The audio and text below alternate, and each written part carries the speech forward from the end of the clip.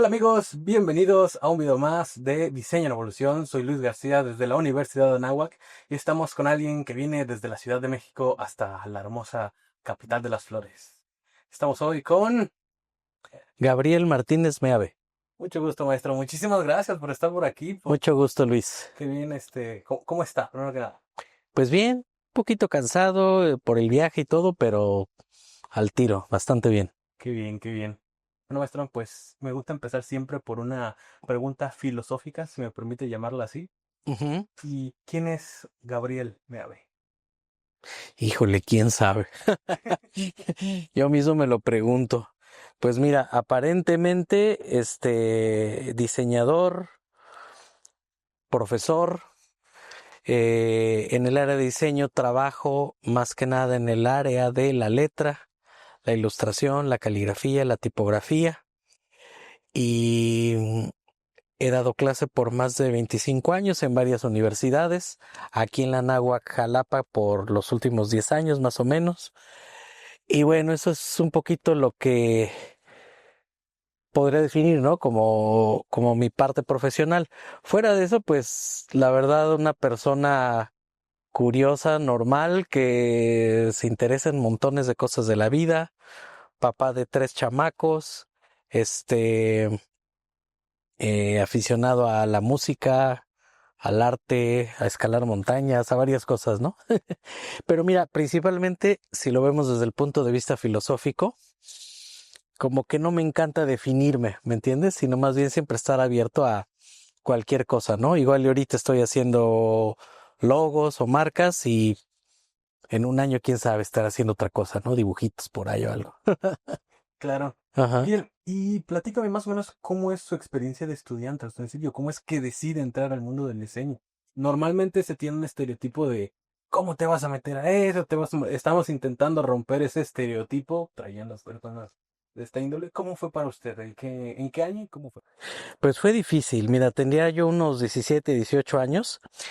Y yo estudié de niño y de adolescente piano durante muchos años. Entonces, la verdad, yo ya iba dirigido a estudiar música, no estudiar en la Escuela Nacional de Música o en el Conservatorio de Música de la Ciudad de México. Pero siempre me gustó el diseño, lo gráfico, los pósters, las letras, todo eso. Y estaba yo entre una y otra y finalmente me decidí por el diseño porque habiendo tenido esa educación de música clásica y de piano clásico, con técnica clásica y todo, de repente pensé, pues, digo, a lo mejor me puede ir bien, pero voy a estar repitiendo la música de hace siglos.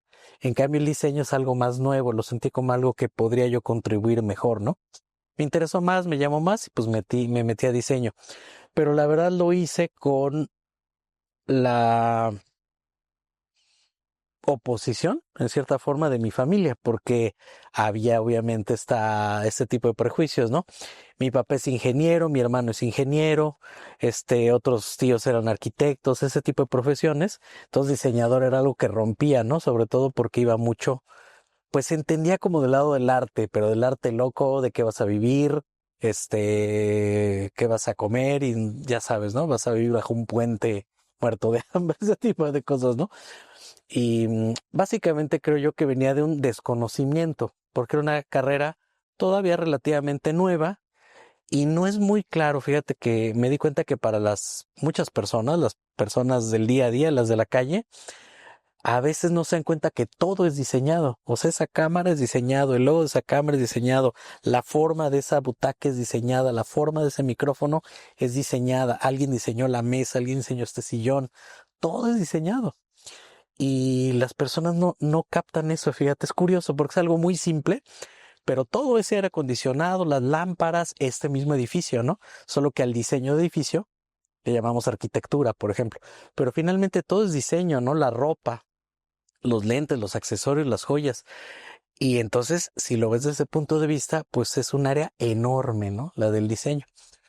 Entonces, bueno, de ahí vino eso, me metí a una universidad ¿Cómo, y cómo fue este trato con los papás? Porque ahorita estamos en un ambiente universitario, ¿no? Muchos están como en ese ramo de decidir, de cambiarse.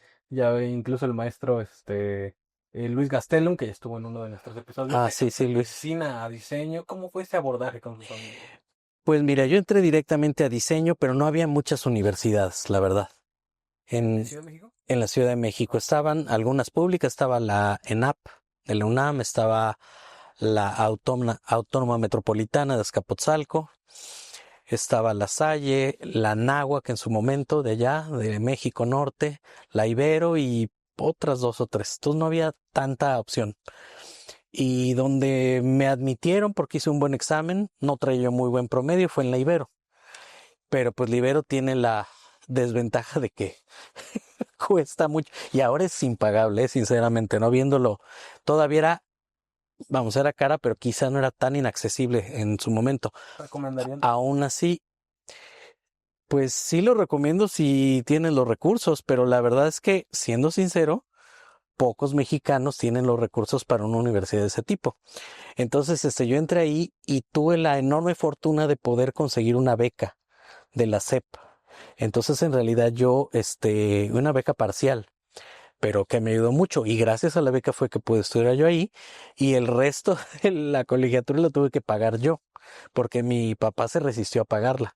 Entonces, eso tuvo como consecuencia que tuve que trabajar desde primer semestre. Y eso fue muy importante en mi formación, porque el saber que tenía yo que pagar la colegiatura, mantener la beca y aparte, pues, trabajar las cuestiones académicas, me metió en un nivel de presión muy fuerte, pero también me hizo entrar a la profesión del diseño práctica desde muy chico, o sea, desde los 18 años trabajo, ¿no? Entonces, y con una consigna muy clara, ¿no? Que era de pagar la colegiatura y otros gastos, ¿no? Entonces fue unos años muy difíciles, la verdad, ahorita recordándolo, fue difícil la gestión y pues básicamente me la aventé yo solo porque siempre tuve esa oposición de parte, sobre todo de mi papá. Años después él reconoció, no, la verdad es que sí, me equivoqué, tú tuviste una muy buen desempeño en diseño, tenía yo otras ideas, o sea, en algún momento lo platicamos, ¿no? Pero sí es un hecho que fue difícil porque prácticamente toda la carrera, pues tuve esa oposición, ¿no? De parte de la familia, ¿no? Digo, creo que ahora ya se ha generalizado más y quizá hay un poquito más de conciencia de algunos papás en que es una carrera pues universitaria válida, ¿no? Ok, claro. ¿Qué le recomendaría a alguien que está en la misma situación de que un papá no quiere pagarle la carrera porque la ve como inútil, tal vez, que necesita meterla a trabajar? Incluso no necesariamente en el área del diseño, puede. Sí, Bueno, no hay, entendemos que a día de hoy puede que no haya las mismas posibilidades que antes, sí. ¿entendemos? Pero ¿qué le diría a alguien en esa posición? Pues mira, si realmente tiene el estudiante vocación, yo le diría al estudiante, si tienes vocación, dedícate a eso, ¿no? Para lo que tienes vocación. Pero es muy importante sí ver que hay una vocación y esa vocación se manifiesta como gusto por la gráfica, el color, la forma, ¿no? No recomendaría sinceramente meterse a diseño si no tienes una vocación y un gusto y una pasión muy clara por esto, porque no es una carrera fácil. O sea, sinceramente, viéndolo en retrospectiva, diseño no es una carrera fácil porque hay mucha competencia, porque quizá no siempre es la mejor pagada, porque se ha diversificado mucho. O sea, hay varias dificultades de la carrera como tal. Es una carrera que en estos momentos también tiene mucha incertidumbre laboral, como muchas otras, ¿no? Por todo lo que vemos de la tecnología que ha venido y cómo está cambiando la sociedad y el ambiente de trabajo. Entonces, recomendaría estudiar diseño si realmente te apasiona y si realmente tienes la capacidad de echarle muchas ganas, ¿no? Para destacar. Tal vez eso le diría a un estudiante. Ok, bien, entonces usted entra en la carrera en el año 90. 90, justamente en los 90. Sí, exacto, empezando los 90. Bien. Y como pues entré a la carrera con muchas limitaciones económicas y de tiempo, la verdad la hice en un tiempo largo porque tenía que de repente cancelar materias y todo. Entonces hice la carrera como en 6 años y medio en lugar de los 4 y fracción, ¿no? 4 y medio. Ajá, y luego me tardé todavía otros 7 años en titularme, ¿no? Entonces, Y es, sinceramente, mi desempeño como estudiante, pues no fue así muy, accidentado, ¿no? Justamente esa es una de las preguntas que normalmente hago, si Ujú. fue buen, si a usted se autodenomina como buen estudiante. No, no fui buen estudiante. No fui de dieces, ni de 9.9, ni promedios acá, ni excelencias académicas, nada de eso. Tuve un promedio, pues, de mediocre a mediano. Pues varias veces estuve a punto de dejar la carrera. Tuve algunos buenos maestros con los que me entendí muy bien y que aprendí mucho. En algunas materias tuve buen desempeño, creo yo, 10, lo que sea. Pero no, para nada estuve en los primeros promedios de mi carrera ni nada. La verdad, no. ¿Cómo fue ese proceso de estudiante de 12 años? No. Pues, digamos, 6 años de carrera y de estudio. Sí. Luego me gradué, pero me titulé hasta 7 años después porque entré luego, bueno, siempre trabajé y acabando la carrera, pues me enfoqué durísimo al trabajo de diseño, ¿no? Entonces, pues se fue tardando, ¿no? Y se fue, dilatando todo el tema de la tesis y ya sabes, ¿no? ¿Tenía alguna materia favorita? Sí, varias, pero fíjate que algunas de mis materias favoritas, por ejemplo, tipografía, me las dieron profesores que creo que no les gustaba esa materia. Entonces no la disfruté mucho. Y algunas materias que igual y en un principio no me apasionaban tanto, me apasionaron mucho, como fotografía, por ejemplo. Tuve buenos maestros de fotografía y me encantó la fotografía y fue de las materias que más disfruté, por ejemplo, ¿no?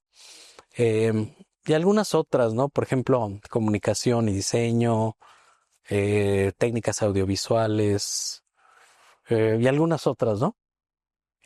Por ahí hay dos materias de ilustración, en fin. Sí, varias, ¿no? Pero pues otras también no me gustaban, ¿no? También, como a todos. Claro. Bien, entonces, 6 años en los que estuve en Ciudad de México estudiando. Ajá, Termino la carrera bueno, no la carrera, las materias. así es. Perdón, ¿En qué año? acabé en 96. Me gradué, digamos, de acabar las materias, Acabar ¿no? las materias. Sí, Después de eso, muchos nos que estamos en un limbo, estamos porque ya mero me tocan, ajá. pero ¿qué sigue? Pues mira, en mi caso, pues era simplemente seguir trabajando en el medio del diseño. Yo tuve la fortuna, fíjate, de tener amigos de la carrera con los que aprendí muchas cosas que en ese momento no estaban en los programas de diseño. Por ejemplo, realmente no había computadoras realmente funcionales en la carrera o en la universidad, ¿no? Había unas máquinas ahí, pero viejitas, atrasadas, no estaban al alcance de los alumnos. Entonces, fue hasta ya muy avanzada mis estudios, por ahí de sexto semestre, que empezó a haber computadoras accesibles a los estudiantes. Pero para ese entonces yo ya había trabajado con varios despachos y con amigos que tenían computadoras Mac, ¿no? Entonces empecé yo a trabajar en Mac. No, no mi Mac, eran carísimas, ¿no? Carísimas. A día de hoy sí. Ajá, siguen estando caras, pero vamos, fíjate, una Mac, fíjate, en el año 92, que un amigo mío se compró una Mac, fíjate, la Mac le salió como en 14,000 nuevos pesos de esa época, más una impresora, más un disco duro, varias cosas, ¿no? Extra. Total se gastó alrededor de 30,000 nuevos pesos de esa época. ¿Sabes cuánto costaba un Jetta nuevo, Volkswagen, en esa ¿No? época? Un carro Jetta nuevo, 17,000 pesos.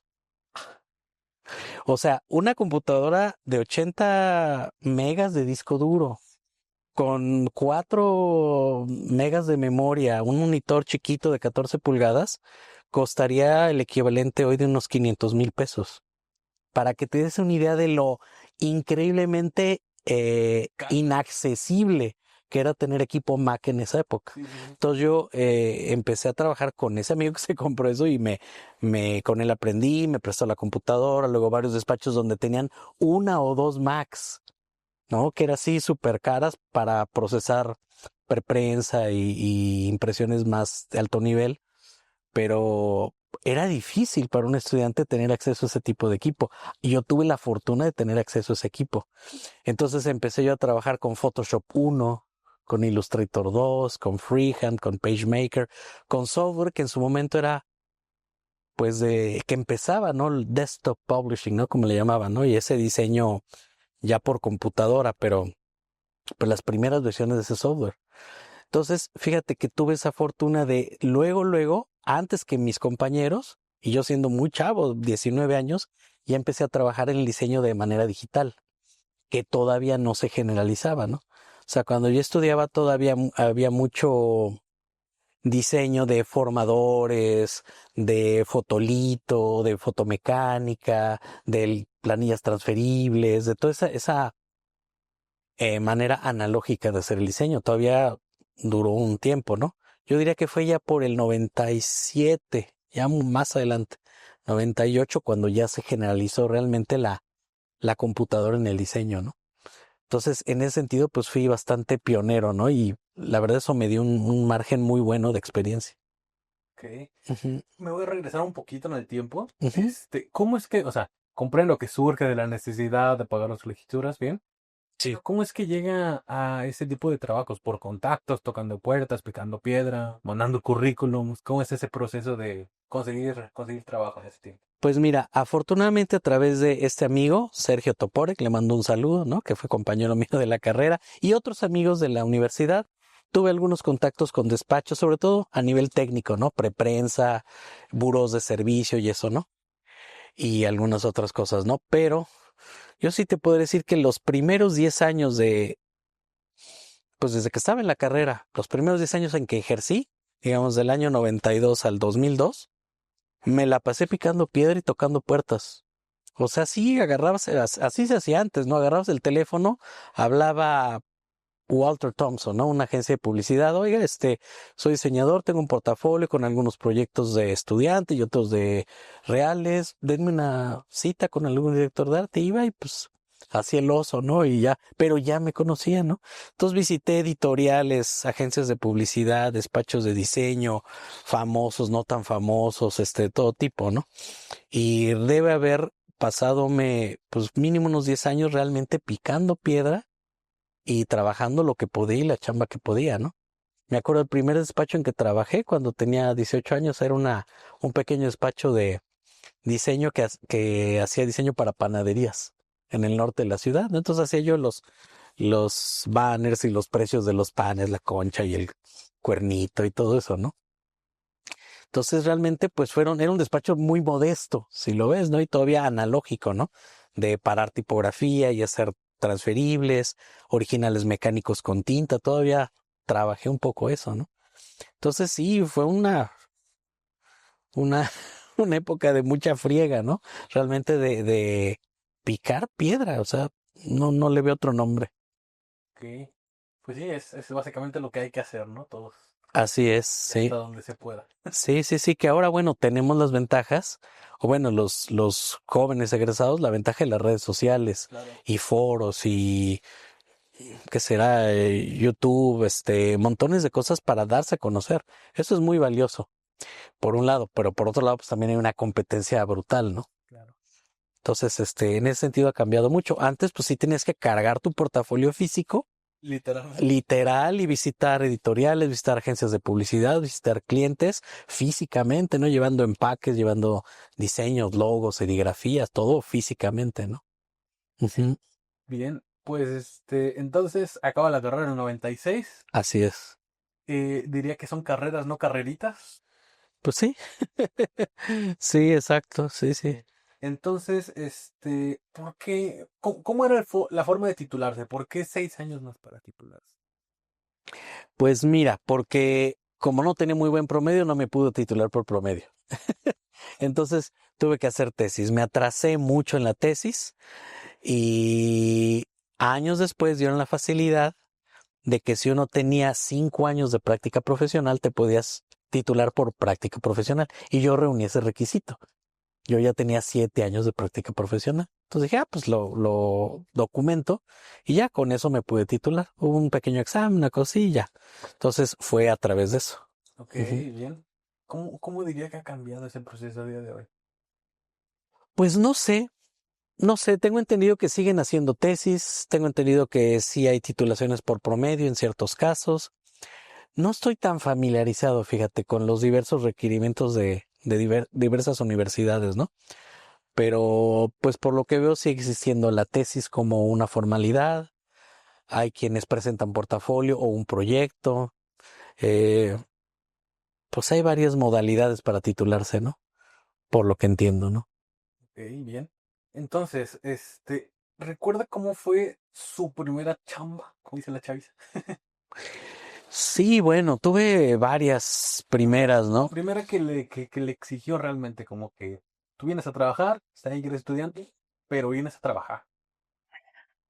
Pues mira, hubo varias, pero por ejemplo, me acuerdo que hice unos originales mecánicos con tinta y todo, y camisas y registros y todo, para unos stickers para estas panaderías.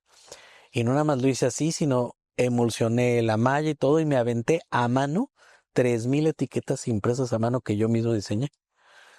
Entonces fue una friega, ¿no? Me pagaron muy poquito, ¿no? ¿Se pueden decir Pero, cantidades? ¿eh? ¿Se pueden decir cantidades? No, hombre, muy poquito, o sea, 1,500 pesos de hoy. O sea, porque trabajaba para ese despacho, ¿no? Entonces no es como que me las dieran a un precio comercial, sino pues eso me ordenaron hacer y pues lo hice, ¿no? Pero sí me acuerdo, por ejemplo, que fue una chamba muy pesada. Más adelante, ya que empecé a trabajar con las computadoras, fíjate que empecé a hacer cosas Canal 5, para Canal 5 de esa época, ¿no? Mi amigo con el que aprendí lo de las computadoras y otros amigos y eso, hicimos varias diseños de anuncios para prensa para Canal 5, con este eslogan que tenía en ese entonces el Canal 5 de Televisa, que era En tus cinco sentidos, ¿no? Entonces hacíamos diseño con el logo del Canal 5 y todo, ya en computadora con Illustrator, Photoshop, muy elemental todavía, pero ya me acuerdo. Entonces, fíjate, yo tendría unos 19 años y ya tenía esas responsabilidades, ¿no? O sea, ya lo que yo hacía iba a salir en periódicos nacionales. Entonces era una responsabilidad fuerte. Entonces sí, la verdad es que desde muy joven tuve como esas responsabilidades de proyectos que se había que cuidar mucho la reproducción, la ortografía, que las dimensiones, todo ese tipo de cosas técnicas, ¿no? Entonces sí tuve una formación, fíjate, técnica, creo yo, muy fuerte, no nada más creativa, sino lineajes, puntajes, rebases, trappings, Rosetta, modos RGB, CMYK, pantones, formatos sangrados, todo ese tipo de temas técnicos del diseño que antes eran muy importantes, bueno, siguen siendo, pero ahora hay muchos auxiliares automatizados, ¿no? Eh, Tuve una muy buena escuela de eso, por ejemplo, ¿no? Y eso sí me dio una ventaja con mis compañeros, ¿no? Que pues salían y sí, sí en teoría dominaban algunas cosas, pero no es lo mismo ya trabajarlo con prensistas, con impresores, con fotógrafos directamente, ¿no? Sí me di cuenta que el, lo que me enseñaban en la carrera, que algunas cosas estaban bien, pero era muy diferente de la práctica profesional real. Ok, bien. Todo esto que nos platicas es bastante interesante y bastante complejo. En un momento vamos a pasar a lo chido, a los clientes grandes, pero antes que nada, Ujú. no se vaya, tenemos unos mensajes rapiditos de nuestros patrocinadores. Ya regresamos. Hola, nosotros somos La Tacha y tenemos dos sucursales. La primera la puedes encontrar en la calle de Allende, número 59, Colonia Centro. Tiene un horario de lunes a sábado de 10 de la mañana a 7 y los domingos de 11 a 2:50. Nuestra otra sucursal está en la Plaza Terraza Cumbres. Tiene un horario de lunes a viernes de 10 de la mañana a 7 y los sábados de 11 a 5. Nos encuentras en todas las redes sociales como @latachita y recuerda que nuestro personal está capacitado para ayudarte con todas las dudas que tengas relacionadas a nuestros productos. Te esperamos. Muy bien, ya estamos de regreso. Muchas gracias a nuestros patrocinadores por patrocinarnos, como siempre. Y bien, maestro, estamos otra vez aquí. Va. Y ahora bien, platíqueme más o menos cómo es este proceso de enamoramiento hacia la tipografía. Maestro, ¿cómo es este proceso de enamoramiento hacia la tipografía? Bueno, mira, en la universidad donde yo estudié, en la Ibero, tenía cierto convenio con unos profesores que venían de la escuela de Basilea, en Suiza. Y la escuela de Basilea en su momento, 80s y 90s, era muy importante para el diseño gráfico, ¿no? Estaba Wolfgang Weingart, Ander Gürtler, Peter Olpe, daba clase Adrian Frutiger, grandes tipógrafos. Estaba muy orientada a la tipografía. Y por un lado, ¿no? Y por otro lado, la industria de la tipografía estaba muy ligada pues a Alemania, Inglaterra, Estados Unidos, Holanda, que era donde estaban las fundiciones tipográficas tradicionales. no había mucha industria tipográfica ni en el sur de Europa ni en Latinoamérica para nada. Entonces, bueno, yo al tomar ese curso me di cuenta de ese mundo que había, ¿no? Había realmente personas dedicadas a diseñar letra y dije, esto es lo que yo quiero, me encanta esto, ¿no? Pero pues era algo muy ajeno, ¿no? Porque pues prácticamente habría que irse a Europa y ahí hacer una carrera de eso.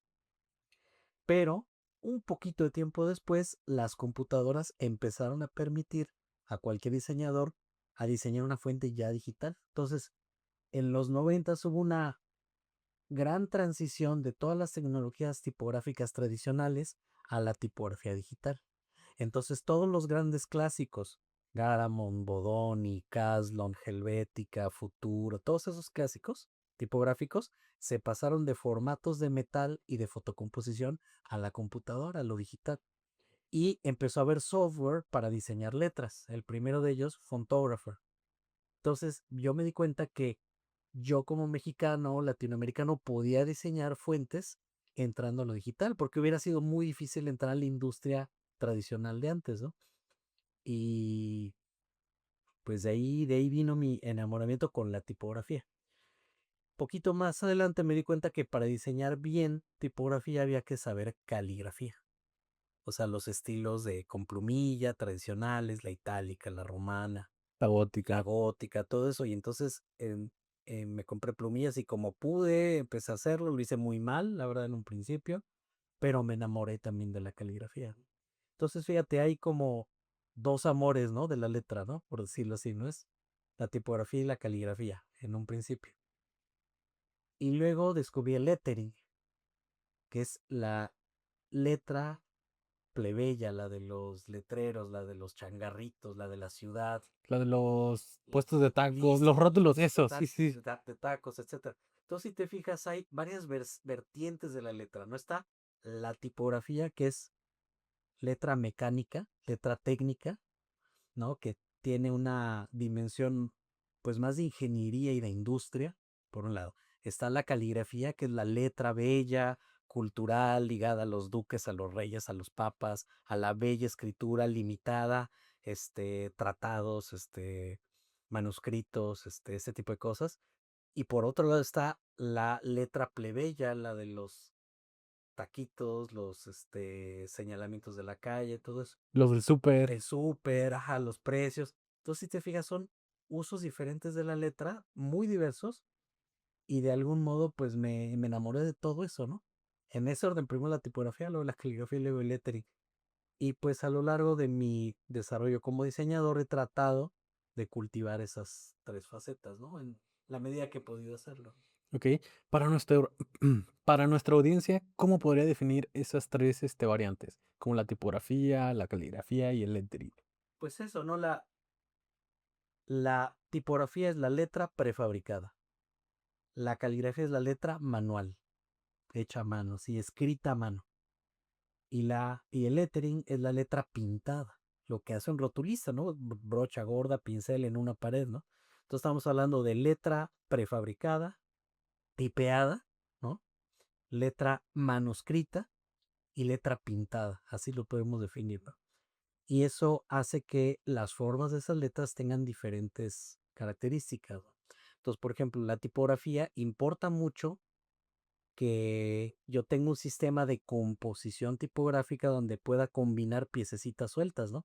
Como engranajes, como pedazos mecánicos para integrar una frase, ¿no? Eso es la tipografía. La caligrafía más bien es el trazo manual donde la letra es un gesto de la mano, ¿viste? Y el lettering en el sentido de que son siempre textos cortos y está pensado en que se vea a lo lejos, por ejemplo, ¿no?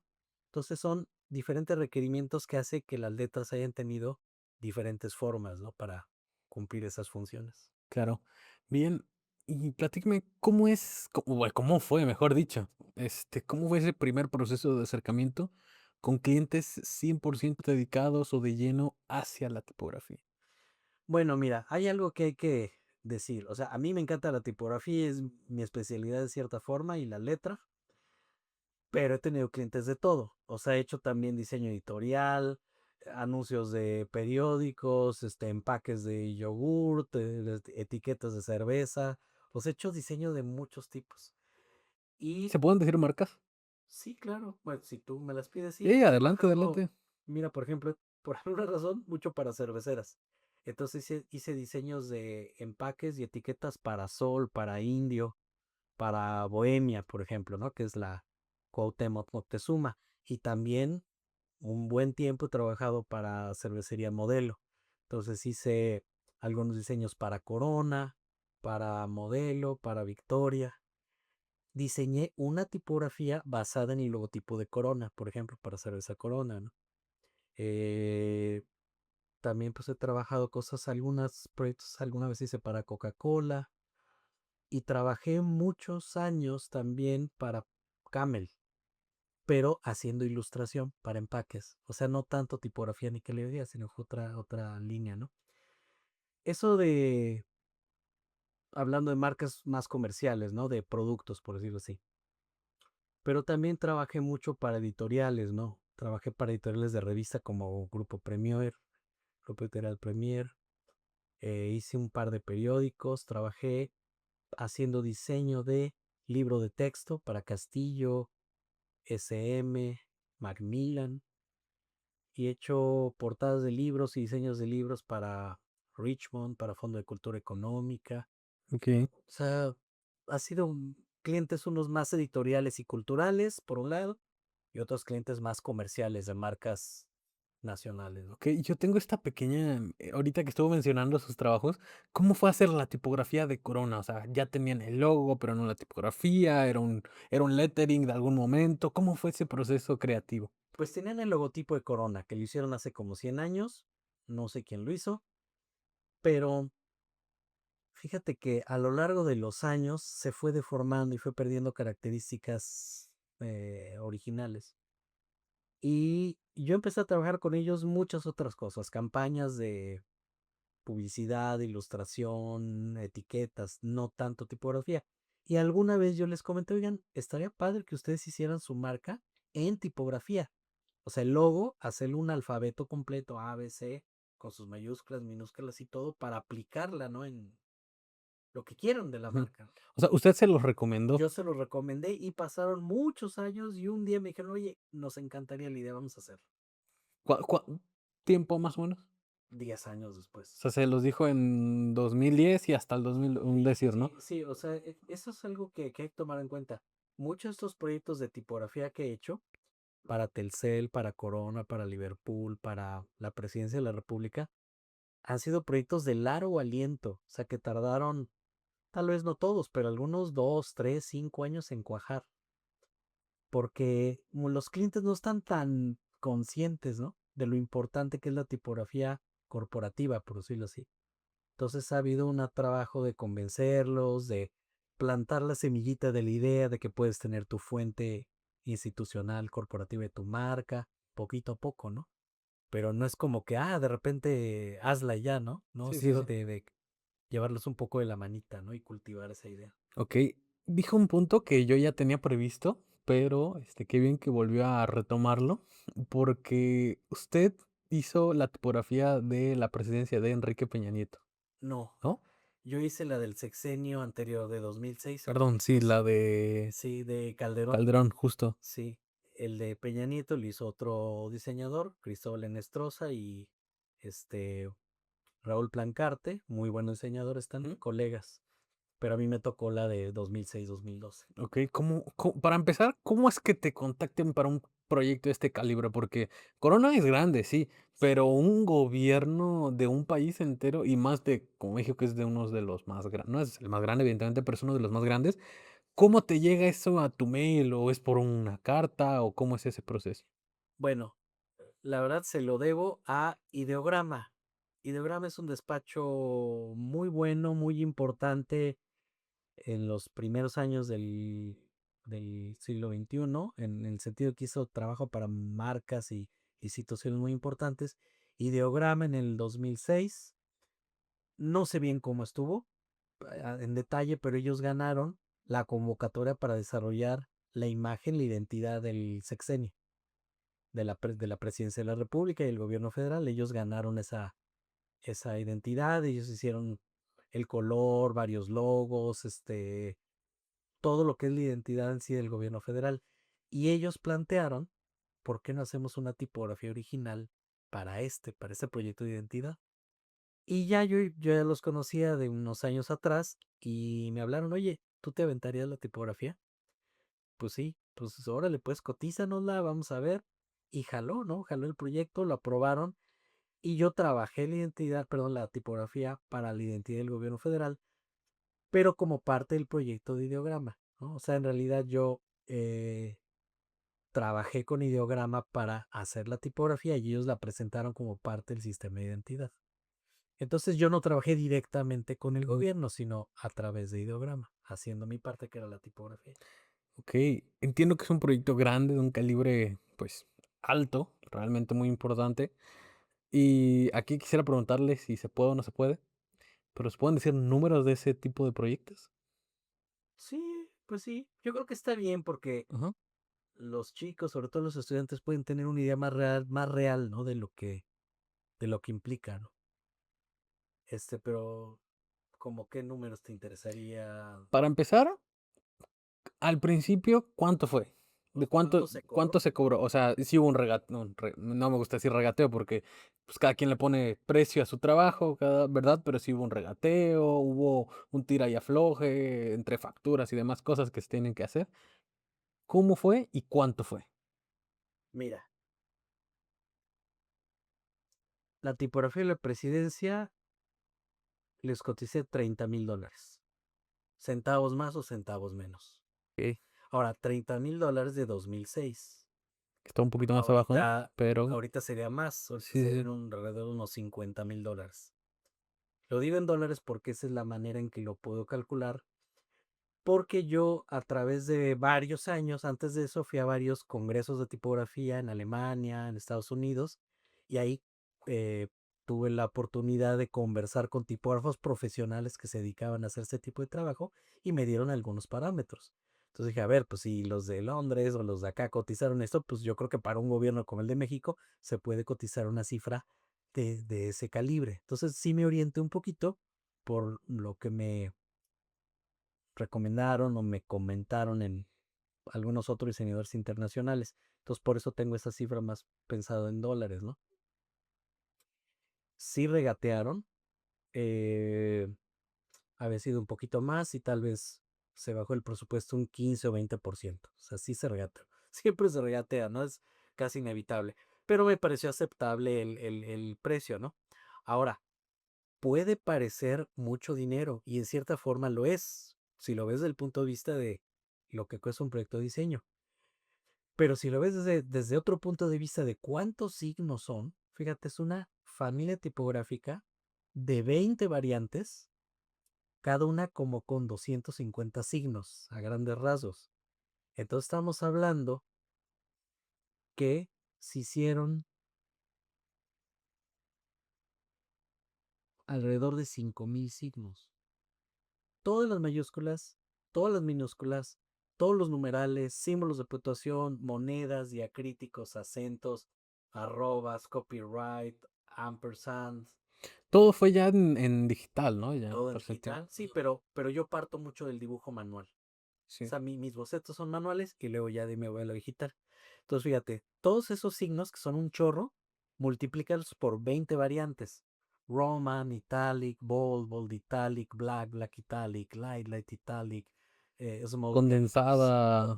O sea, es una familia de 20 variantes. Entonces, si te fijas, pues son un chorro de signos, más las reglas de espaciado de esos signos, El el kerning, el kerning, tracking. el spacing, pruebas, generación de sus signos, que funcione bien. Pues es un trabajar. Me llevé como 10 meses. Ok, sí fueron, vamos a ponerlo en $50,000 de día de hoy, ¿no? Ajá. Pero este tipo de cosas, estamos de acuerdo que un presidente gana hasta X día, ¿no? Sí. ¿Cómo fue ese? Porque también requieren pues una velocidad, sí es mucho dinero, pero también es mucho trabajo. ¿Cómo es ese proceso de, ok, ganó bueno, no sé, en ese tiempo si era igual que tomaban protesta el 1 de diciembre? Creo que sí, fue el 1 de diciembre, Ajá. la toma de protesta. Mira, Ahí lo que se hizo es que Ideograma tenía una tipografía ¿Mm? que había usado para presentar la identidad. La identidad salió con esa tipografía y yo para la toma ¿De protesta? de protesta del presidente y todo, diseñé en la nueva tipografía la palabra presidencia de la República, Senado, Como lo más Cámara de importante. Diputados, secretarías, o sea, solitas, no como fuente, sino casi casi las letras en Illustrator. Con eso salieron, con eso salieron. Se usó esta letra, digamos, provisionalmente, una de características parecidas, durante unos 10 meses, un año, en lo que acababa yo de trabajar la fuente completa. Y más o menos como 10 meses ya dentro del sexenio, se empezó a usar la fuente presidencia. Ok, bien, pero un punto importante respecto a las fuentes de este calibre, nuevamente, es que pues es bastante complejo, ¿no? Encontrar a alguien que sepa este tipo de trabajos. ¿Usted cree que a día de hoy una, un gobierno, tal vez, de América Latina, vamos a ponerlo así, Sí. pueda llegar a invertir en este tipo de imagen, de identidad, de proyectos de LETE, bueno, de tipografía? Pues yo digo que está muy bien porque mira, hay algo que es importante. Yo creo que es una muy buena razón para invertir en eso. Primero, $30,000 es quitarle un pelo a un gato. Bueno, para el presupuesto de... Para los presupuestos que se manejan en el gobierno, o sea, sinceramente, ¿no? O sea, no es realmente mucho dinero. $50,000 suena muchísimo, pero no es mucho dinero en realidad. O sea, si tú ves los presupuestos de cualquier cosa del gobierno, es un quitarle el pelo a un gato, la verdad, ¿no? Por un lado. Ahora, por otro lado, digamos que ese gobierno o una empresa muy grande, ¿no? Como Volvemos a una Corona. modelo, ¿no? Ajá. Si compra una tipografía, digamos, Gotham, por ejemplo, ¿no? A una fundidora estadounidense, va a pagar regalías, perdón, va a pagar licencias. Y esas licencias va a tener que comprarlas para a lo mejor 100 o 200 computadoras donde se usa esa fuente. Bueno, las licencias saldría más caro que mandar a hacer una nueva tipografía especial. Entonces, eso fue uno de los argumentos, ¿no? Y es un argumento que yo he usado con estos clientes. Gastas más en licencias pagándola a un gringo alemán, inglés, holandés, que mandándome a hacer a mí tu fuente específica y especial para ti. Que va Ok. a ser hecha a la medida para tu empresa, tu uso, tu gobierno. Presidencia fue un poquito ese caso, ¿no? No sé exactamente cómo lo manejaron los de ideograma, pero seguramente le dijeron, ¿sabes qué? El gobierno federal te conviene más tener una fuente mandada a hacer para ti y pagar esta cantidad, a andar pagando 6 años de licencias a una empresa Fundidora. extranjera, ¿no? Ok. Fundidora. Bien, ¿es bastante complejo trabajar con gobierno o usted lo trabajó directamente con ideograma? Ideograma llevaba los cambios y correcciones y todo eso. Mira, yo he trabajado con gobierno y es una pesadilla. O sea, al Ah, menos en mi experiencia, otros en otra experiencia, ¿no? Varios gobierno local y gobierno federal en algún momento y ha sido terrible. Pero afortunadamente este proyecto de presidencia lo trabajé con Ideograma y ellos, bueno, ellos vieron toda la parte, con el cliente, digámoslo así. ajá, cliente, administrativo, negociación, todo eso. Entonces, no me preocupé en ese caso por eso, ¿no? O sea, fue bastante transparente, bastante respetuoso, bastante a tiempo. La verdad fue un proceso bastante fluido, bastante bien. Ok, bien. Tengo esta incógnita también. Este, yo normalmente lo que yo más hago, digo, no es como que tenga, portafolio, ¿verdad? Pero lo que a mí me gusta más es la identidad y la marca, ¿no? Ujú. Yo sé que por un logo cobro tanto, por una aplicación cobro tanto, pero una fuente, ¿cómo es? Entiendo que depende del sapo a la pedrada. Sí, pero ¿cómo es que se cotiza una fuente? Dependiendo del número de pesos, el número de variantes, el número de qué. Sí, dependiendo del número de variantes, dependiendo de la complejidad de una fuente. Por ejemplo, una fuente manuscrita que se liga es mucho más compleja de producir que una fuente sin patines, que no va ligada, por ejemplo, ¿no? Ok. En general, un tipo sin patines o sans serif es más simple de producir que una con patines, por ejemplo. Hay Depende una mucho. tabla, hay algo, hay una referencia tal vez. No, no hay ninguna tabla, ninguna referencia ni nada. Para nada es un poco a como cada quien valora su trabajo, ¿no? Ya. Yo he tenido la fortuna de, creo, valorarlo a un nivel que afortunadamente esos presupuestos me los han aprobado en algunas ocasiones. O sea, a veces no, ¿eh? A veces me dicen, no, estás muy caro, no me interesa. Pero sí he logrado de que se respete la cantidad de trabajo que es. Y cuando le explicas al cliente por qué cuesta eso, pues ven, no, pues sí, pues, a ver, diséñate 4000 signos, ¿no? ¿No? O sea, es un trabajo muy fuerte en cuanto a talacha, si lo ves así, ¿no? Claro. Entonces, eh, pues por ahí, ¿no? Pero no podría decir que hay un estándar exacto, ¿no? Sí puedo decir que platiqué con personas que sí quieren hacer tipografía custom de algunos otros despachos de Inglaterra, de Estados Unidos, y me dijeron, mira, por tal proyecto yo cobré más o menos esto, entonces me daban una idea, un cierto parámetro, ¿no? Entonces yo más o menos me ajusté a esos parámetros, porque creo que es un tipo de chamba muy similar. Bien. ¿Cómo es, digámosle, regresando al tema de Corona? Porque creo que por ahí nos desviamos. Ajá. Cómo fue esa chamba de hacer la tipografía? ¿Fue una tipografía display, se podría considerar? Sí, de display basada en el logotipo de Corona, Ok, gótico, ¿no? sí. Pues un proceso muy bonito, la verdad me divertí mucho, estuvo padre, lo hice en unos 3 meses más o menos, no fue tan complicado. ¿Mm? eh, y por otro lado no había mucha discusión porque se trataba de pasar la marca a una tipografía Tipografía. funcional, entonces tenía que respetar esas características de la marca. Fue un bonito proceso, me pagaron bien, tardaron muchísimo en pagarme, eso sí, pero Igual fue por este, ideograma no, ese fue directamente con ellos. y fue por mail, por un Yo portafolio, ya por... llevaba unos 10 años trabajando con ellos, en Ah, otro tipo de trabajo. ok, claro. Ya les había hecho un par de campañas de anuncios, algunas etiquetas para Las botellas. caguamas, para botellas, cosas para Modelo, para Victoria. Entonces ya los conocía de mucho tiempo antes y les había yo soltado ahí, ¿no? La idea. El buscapiés ahí, ¿no? De, oye, ¿por qué no hacemos una tipo de... Ah, pues vamos a pensarlo. Y finalmente años después dijeron, oye, nos late, vamos a hacerlo, ¿no? Eh, pero sí, ese fue un trabajo directamente con ellos, ¿no? ¿Qué me ha pasado eso, no? Alguna vez, algunos diseños de tipografía han sido a través de agencias de publicidad o despachos de diseño, como en el caso de Ideograma, y otros no, ha sido directamente mi trato con el cliente. Claro. Bien. ¿Se puede preguntar igual cómo es que lleva esa relación de una década con Corona? O sea, ¿cómo es que empieza? Porque a día de hoy, pues, ¿quién no quisiera trabajar con una marca, no? Mínimo Sí, para tener un portafolio, pues, sólido, grande, algo que diga, ah, ok, sabe lo que está haciendo. sí. Pero ¿cómo es ese proceso de contactar primero? Entiendo que porque estaba en la capital del país era un poquito más fácil, tal vez, ¿o cómo fue? Probablemente, pero mira, lo que pasa es que en algún momento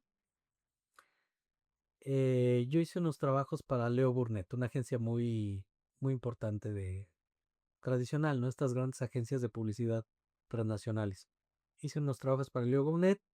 Algunos de esos trabajos fueron para Corona, porque Leo Burnett llevaba algunas marcas de Grupo Modelo y ya. Y eran proyectos que no tenían que ver con tipografía, más bien de ilustración y otras cosas.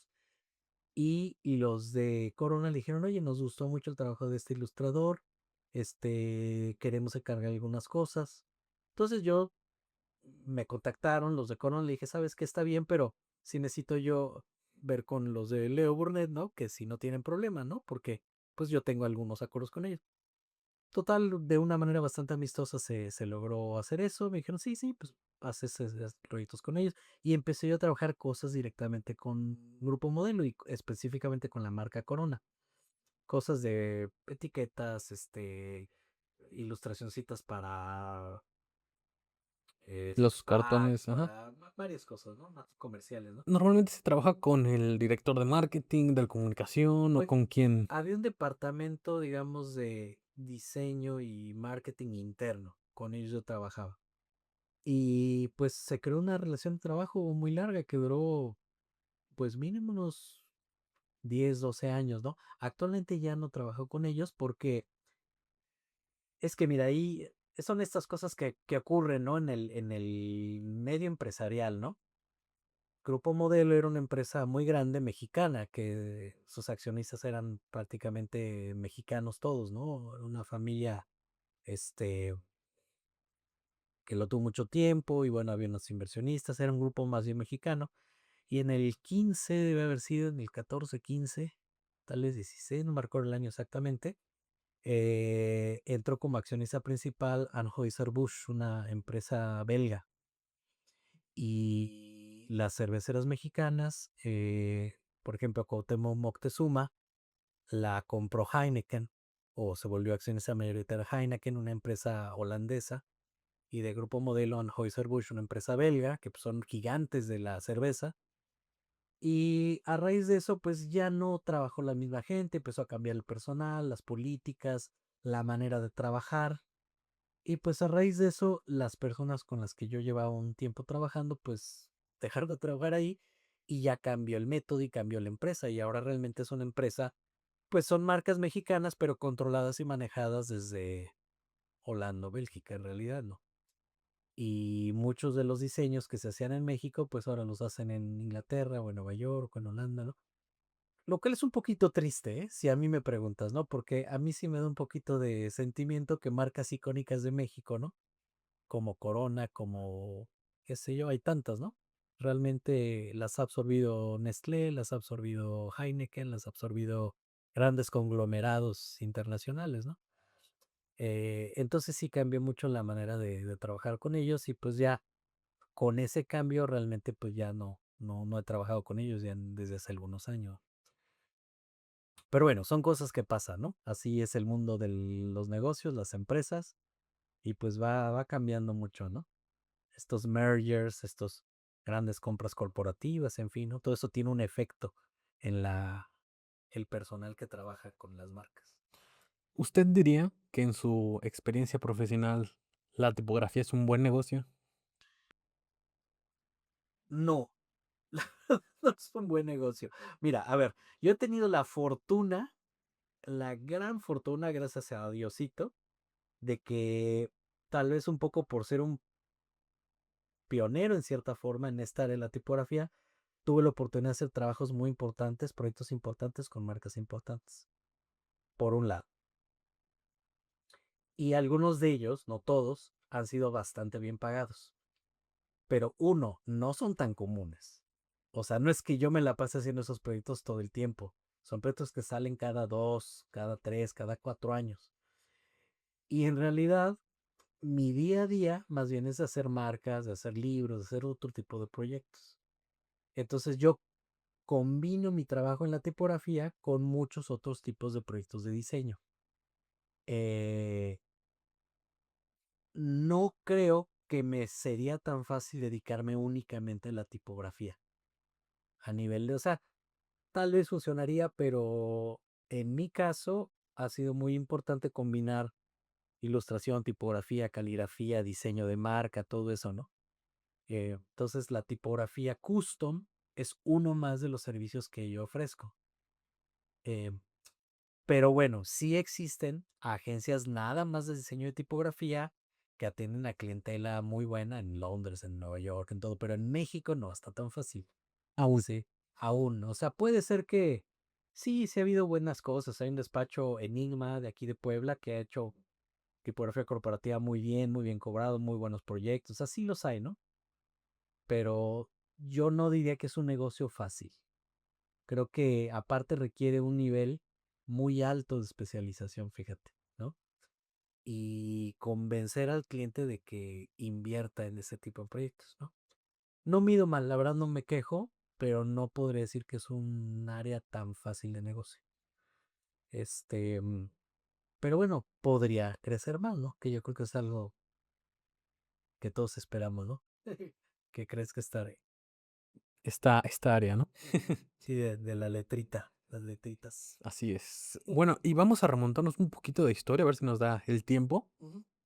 Platícanos un poquito acerca de cómo es que surgen estos primeros estilos de la letra manuscrita y la letra gótica, itálica. ¿Cómo es que surgen estas partes? Más que nada para nuestra audiencia. Y lo digo por dos motivos. Nuestros TikToks que nomás han pegado son de letritas. Entonces necesitamos contenido. Y pues es una parte pues que está en todos los días, o sea, que está en tu carro, en tu teléfono, en todo. O sea, ¿cómo es que se llega a este origen? Pues mira, es una larguísima historia. Es muy difícil resumirla en rápido, pero pues mira, básicamente el alfabeto latino que viene del griego, el alfabeto latino es un derivado del griego y que era en un principio pues un alfabeto muy simple de puras minúsculas para escribir latín. Eso hay que entenderlo. El alfabeto latino era para escribir latín. Punto. Y Perfecto. ya. Y eran este 23 letras en un principio, ¿no? O sea, no había K, por ejemplo, ¿no? Era un alfabeto con formas reducidas y solo había mayúsculas.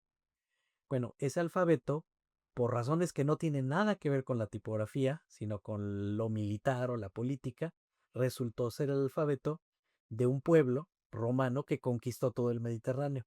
Y esa es la única razón por la que el alfabeto latino se difundió en un área enorme del mundo antiguo. Eh, y entonces lo que ahí pasó es que el alfabeto latino acabó siendo no nada más el sistema para escribir latín, sino todos los derivados del latín, llámese castellano, portugués, catalán, francés, italiano, rumano, en un principio. Luego otros idiomas que no venían directamente de eso, como el inglés, el frisón, el alemán, el sueco, el danés, todos el húngaro, etcétera, ¿no? Y luego otros más. Entonces, bueno, el alfabeto latino acaba siendo el patrimonio de escritura de muchas naciones. Y de esas naciones es de donde vienen ciertos estilos específicos. Entonces, la itálica, pues viene de Italia, ¿no? La letra romana, pues es La la... itálica viene de... Ay, Dios, mi mente. Pues sí, de Italia. No sé, la civilité francesa, pues viene de Francia, ¿no? La gótica viene de varios lugares de Europa, pero hay ciertas góticas alemanas, otras francesas, otras italianas y españolas, otras inglesas. Entonces, todos estos estilos se remontan a nacionalidades, sobre todo de Europa, ¿sale? Eh, y forman parte, pues, del patrimonio de la cultura occidental, de algún modo, ¿no? Todos esos estilos en algún momento pasaron a América, donde también con letra latina pues se escribieron lenguas como el náhuatl, el purépecha, el maya y todo eso, ¿no? Entonces, si lo ves desde el punto de vista de México, pues heredamos un poco toda esa cultura medieval y renacentista de Europa. Y bueno, aquí se han seguido desarrollando, ¿no? Esos estilos ya con su sabor mexicano, si quieres verlo así, ¿no? Y también en Europa se siguieron desarrollando, ¿no? Entonces, estos estilos que eran de caligrafía de letra manuscrita son la base con la que se hizo los estilos de tipografía. ¿Sale? Entonces las primeras letras tipográficas que se hicieron en el siglo XV se hicieron con letra gótica textura, que era la letra más común en Europa en ese momento. Entonces la imprenta empezó con letra gótica. Luego ya en Italia a la imprenta se le añadió la letra romana y la itálica. Y por razones culturales, la romana y la itálica fueron la base de todo. Entonces, todas esas letras que vemos, ¿no? En todos lados están basados en principalmente en la romana y la itálica, que es lo que tenemos en computadoras, en celulares y todo. Entonces, la romana y la itálica, que eran tipos manuales, se volvieron la base de toda la tipografía del siglo XVI para nuestros días. Ok. Haz de cuenta, ¿no? Pero siguió habiendo otros estilos manuscritos que no llegaron a ser tan dominantes en la tipografía, pero sí en la caligrafía. Y ahí tenemos a la inglesa, la flamande, la ronde, la civilite francesa, varios estilos de gótico. O sea, ya son estilos que no se desarrollan ya tanto como tipografías, sino como caligrafía, ¿no? Porque hay que ver algo, ¿eh? También hay estilos conectados de letra manual que es muy difícil volverlos tipo de metal, ¿viste? Entonces, pues bueno, a grandes rasgos, por ahí va, ¿no? Ok, perfecto. Sí. Bien, eh, ¿en qué categorías dividiría su aspecto, su tipo de trabajo, de portafolio, de desarrollo profesional en la cuestión de tipografía? Tal vez para empresas privadas como, voy a decir tres, ¿no? educación, marca como comercial y cultural, por así decirlo. ¿Cómo dividiría esa parte? Sí, mira, de entrada hay dos grandes divisiones, Ujú. custom y retail. Ahorita te voy a explicar. Custom son tipografías hechas a la medida para un cliente, para una marca, para una institución, para un periódico, por ejemplo, ¿no? Entonces, Corona, Presidencia, la letra que hice para Liverpool y otras que he hecho para empresas, son custom, hechas a la medida para esas empresas y sus usos corporativos.